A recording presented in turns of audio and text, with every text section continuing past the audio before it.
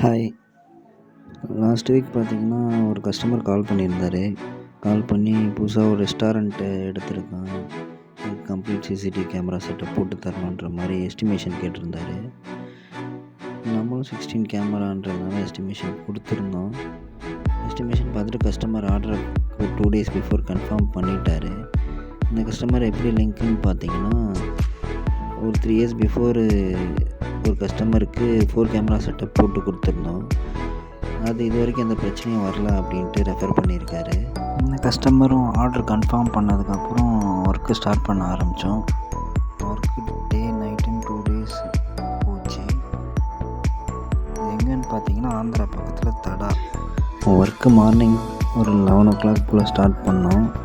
Evening night ஒரு 11:30 வரையும் work பண்ணோம். தென் அங்கேயே தூங்கிட்டு திருப்பி அகைன் மார்னிங் எழுந்திரிச்சி ஸ்டார்ட் பண்ணோம். ஒர்க்கு 2 டேஸ் போச்சு. கேபிளிங் கூட பிவிசி பைப் அடித்து ப்ராப்பராக பண்ணியிருந்தோம். பைப்பிங் பண்ணால் தான் லைஃப் வரும், லாங் லைஃப் வரும். ஃபைனலாக எல்லா ஒர்க்கும் கம்ப்ளீட் பண்ணி ஆன் பண்ணியாச்சு. கிளாரிட்டி அவுட்புட்டு மானிட்டரில் காட்டுறோம் பாருங்கள். ஒரு இண்டிவிஜுவல் கேமரா கிளாரிட்டியும் நல்லா பக்காவாக இருந்தது. மானிட்டரும் ஐபிஎஸ் டிஸ்பிளே மானிட்டருன்றதுனால உங்களுக்கு கிளாரிட்டி நல்லாவே அவுட்புட் காட்டுது மானிட்டரில். உங்களுக்கு சிசிடிவி கேமரா தேவைப்பட்டால் டிஸ்பிளேயில் தெரிகிற நம்பருக்கு கால் இல்லைனா வாட்ஸ்அப் பண்ணிங்கன்னா ப்ரைஸ் எஸ்டிமேஷன் ஷேர்